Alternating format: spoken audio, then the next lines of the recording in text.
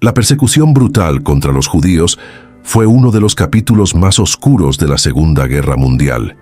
Guetos, campos de concentración y un genocidio sistemático marcaron para siempre la historia de la humanidad. Sin embargo, incluso décadas después, una pregunta sigue resonando con fuerza entre historiadores y personas que intentan comprender cómo pudo ocurrir una tragedia de tal magnitud. ¿Por qué Adolf Hitler odiaba tanto a los judíos? ¿Y cómo ese odio logró propagarse con tanta rapidez y con consecuencias tan devastadoras por toda Europa? En el video de hoy vamos a profundizar en ese tema y explorar las verdaderas raíces de ese antisemitismo, analizando cómo se formó la visión de mundo de Hitler y de qué manera ese pensamiento terminó llevando a uno de los mayores crímenes contra la humanidad. Quédate hasta el final, porque el plan de Hitler para exterminar a los judíos produjo una consecuencia que él jamás habría imaginado. Una consecuencia que cambió la historia y que sigue teniendo impacto incluso en la actualidad. Pero antes de continuar, te quiero pedir algo muy importante. Si te interesa este tipo de contenido histórico profundo, oscuro y lleno de contexto, suscríbete ahora mismo al canal, activa la campana y deja tu like. Además, si quieres apoyar aún más el canal y ayudarnos a seguir produciendo este tipo de investigaciones, puedes hacerte miembro. Ser miembro no solo apoya el trabajo del canal, sino que también te acerca a contenido especial y a una comunidad que disfruta conocer la historia con todos sus matices. Ahora sí, vamos a comenzar. Adolf Hitler nació el 20 de abril de 1889 en la pequeña ciudad de Braunau am Inn, en Austria, cerca de la frontera con Alemania. Desde temprano su vida estuvo marcada por un ambiente familiar inestable y lleno de tensiones. Su padre, Alois Hitler, era un funcionario público rígido, severo y autoritario, que exigía disciplina absoluta y mostraba muy poco afecto hacia sus hijos. Su madre, Clara Hitler, era completamente distinta.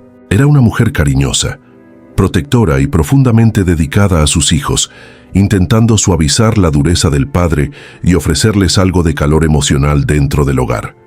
La relación entre Adolf y su padre fue especialmente complicada. Alois quería que su hijo siguiera una carrera estable dentro de la administración pública, pero el joven Adolf tenía otros sueños. Él quería convertirse en artista. Esta diferencia generó constantes enfrentamientos entre ambos. Cuando Alois murió en 1903, Hitler experimentó una mezcla de dolor y liberación. Con la figura autoritaria fuera del camino, sentía que finalmente tenía más libertad para perseguir sus aspiraciones personales.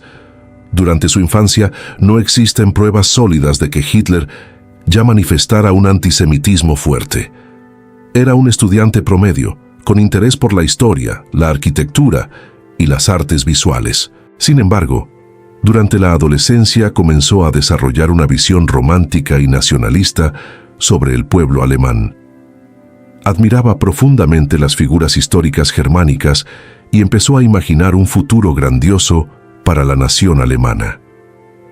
A comienzos del siglo XX, Hitler decidió trasladarse a Viena con la esperanza de ingresar en la Academia de Bellas Artes. Allí sufrió uno de los golpes más duros de su juventud. Fue rechazado 2 veces, en 1907 y en 1908. Los evaluadores le dijeron que no tenía suficiente talento para convertirse en pintor profesional. Aquella frustración marcó profundamente su vida. Sin estudios formales ni una carrera clara, comenzó a vivir de manera precaria.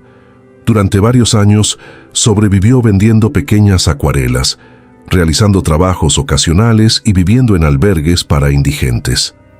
Pasaba mucho tiempo en cafeterías y bibliotecas públicas, leyendo periódicos y panfletos políticos. Fue en ese ambiente donde comenzó a entrar en contacto con ideas nacionalistas radicales, teorías raciales y discursos antisemitas que circulaban ampliamente en la sociedad vienesa de la época.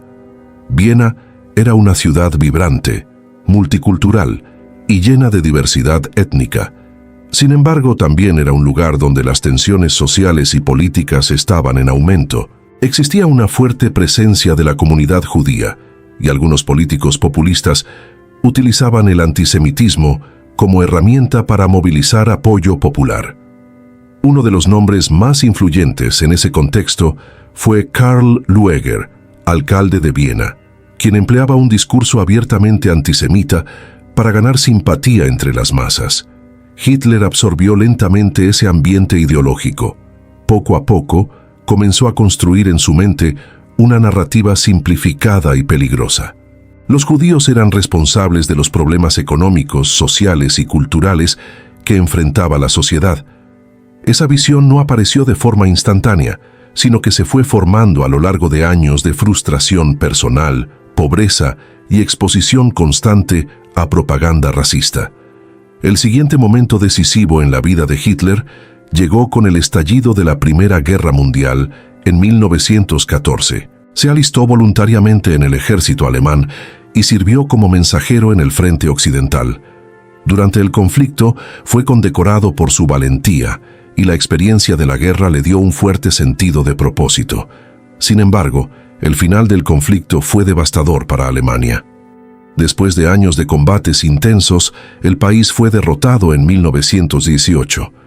Para Hitler y muchos otros soldados, esta derrota fue un golpe psicológico enorme. Les resultaba difícil aceptar que Alemania había perdido después de tantos sacrificios. Fue entonces cuando comenzó a difundirse el llamado mito de la puñalada por la espalda. Según esta teoría conspirativa, Alemania no había sido derrotada en el campo de batalla, sino traicionada desde dentro por políticos comunistas y judíos. Hitler adoptó esta idea con fervor. Para él, la derrota se convirtió en una humillación nacional que exigía venganza. El Tratado de Versalles de 1919 agravó todavía más ese resentimiento. El acuerdo impuso durísimas sanciones a Alemania, pérdida de territorios, restricciones militares severas y enormes reparaciones económicas. Muchos alemanes lo consideraron una humillación histórica. Para Hitler, aquel tratado era la prueba definitiva de que su país había sido traicionado. En su discurso comenzó a señalar a los judíos y a los socialistas como responsables del colapso alemán. Ese resentimiento se convirtió en uno de los motores de su pensamiento político. Cuando regresó a la vida civil, Hitler comenzó a relacionarse con grupos nacionalistas radicales. En 1919 ingresó en el Partido de los Trabajadores Alemanes, una pequeña organización política que más tarde se convertiría en el partido nazi. Su talento para hablar en público y su capacidad para transformar el resentimiento colectivo en discursos apasionados lo hicieron destacar rápidamente dentro del movimiento. Con el tiempo, Hitler fue elaborando una ideología que mezclaba nacionalismo extremo, racismo biológico y autoritarismo político. Uno de los pilares centrales del nazismo era la idea de la superioridad de la llamada raza aria. Según esta visión, el pueblo germánico debía mantenerse racialmente puro y libre de influencias consideradas corruptoras. En esa narrativa, los judíos eran retratados como enemigos internos que supuestamente manipulaban la economía, la política y la cultura. La propaganda nazi desempeñó un papel fundamental en la difusión de estas ideas. Periódicos, carteles, discursos y transmisiones de radio repetían constantemente la imagen de los judíos como una amenaza para la nación alemana. En 1925, Hitler consolidó gran parte de sus ideas en su libro Mein Kampf. En ese texto expuso su visión del mundo, sus ambiciones políticas y su odio hacia los judíos. También planteó la necesidad de que Alemania expandiera su territorio para obtener el llamado espacio vital. Durante algunos años el movimiento nazi permaneció relativamente marginal, pero todo cambió con la crisis económica de finales de la década de 1920. La Gran Depresión de 1929 provocó un colapso económico devastador en Alemania. Millones de personas quedaron desempleadas y la desesperación se extendió por todo el país. En ese contexto, el mensaje de Hitler comenzó a encontrar eco en una población desesperada por respuestas. Prometía restaurar el orgullo nacional, reconstruir la economía y señalar culpables claros para los problemas del país. En 1933, Hitler fue nombrado canciller de Alemania. Al año siguiente, consolidó su poder absoluto y asumió el título de Führer.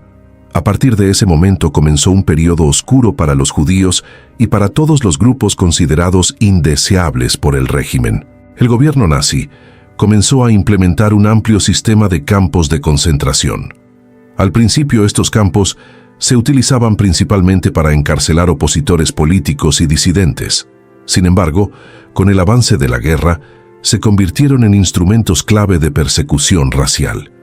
Con el tiempo, los campos evolucionaron hacia algo mucho más siniestro.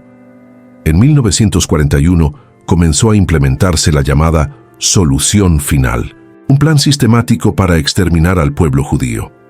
A partir de 1942, los nazis construyeron grandes campos de exterminio en la Polonia ocupada. Lugares como Auschwitz-Birkenau, Treblinka, Sobibor, Belzec, Chelmno y Majdanek fueron diseñados específicamente para el asesinato masivo. A diferencia de los campos de concentración tradicionales, donde la gente moría lentamente por hambre o trabajo forzado, estos campos funcionaban como auténticas fábricas de muerte. Después de la invasión de Polonia en 1939, la red de campos nazis se expandió rápidamente por toda Europa ocupada. Se calcula que existieron alrededor de 15.000 campos y subcampos. Los prisioneros eran transportados en vagones de carga abarrotados, sin ventilación ni agua. Muchos morían antes de llegar. Al llegar se realizaba una selección inmediata. Los ancianos, enfermos y niños eran enviados directamente a la muerte. Los que podían trabajar eran obligados a realizar jornadas extenuantes bajo condiciones inhumanas. El sistema de trabajo forzado era parte de una estrategia deliberada conocida como muerte por trabajo. Cuando los prisioneros ya no podían continuar, eran ejecutados. Incluso cuando el Tercer Reich comenzó a colapsar, los nazis intentaron destruir pruebas de sus crímenes. Pero cuando los aliados liberaron los campos, el mundo descubrió la verdadera magnitud del horror. Las consecuencias del Holocausto fueron enormes. Millones de personas quedaron desplazadas, sin hogar y sin familia. Muchas comunidades judías fueron completamente destruidas. Esta tragedia también contribuyó directamente a la creación del Estado de Israel en 1948, concebido como un refugio para el pueblo judío después de la catástrofe. Pero el impacto del Holocausto no se limitó a la política. También transformó la cultura, la filosofía y la memoria colectiva del mundo. Libros, películas, museos y memoriales se han dedicado a preservar el recuerdo de lo ocurrido. El Holocausto dejó una lección dolorosa pero necesaria. El odio sistemático, cuando se convierte en política de Estado, puede llevar a consecuencias inimaginables. Si este tema te pareció impactante y quieres seguir viendo historias como esta, suscríbete al canal, activa la campana y recuerda que también puedes hacerte miembro para apoyar el contenido que producimos aquí. Y ahora te pregunto algo. Después de conocer toda esta historia, ¿crees que el mundo realmente aprendió la lección del Holocausto o seguimos corriendo el riesgo de repetir errores del pasado? Te leo en los comentarios.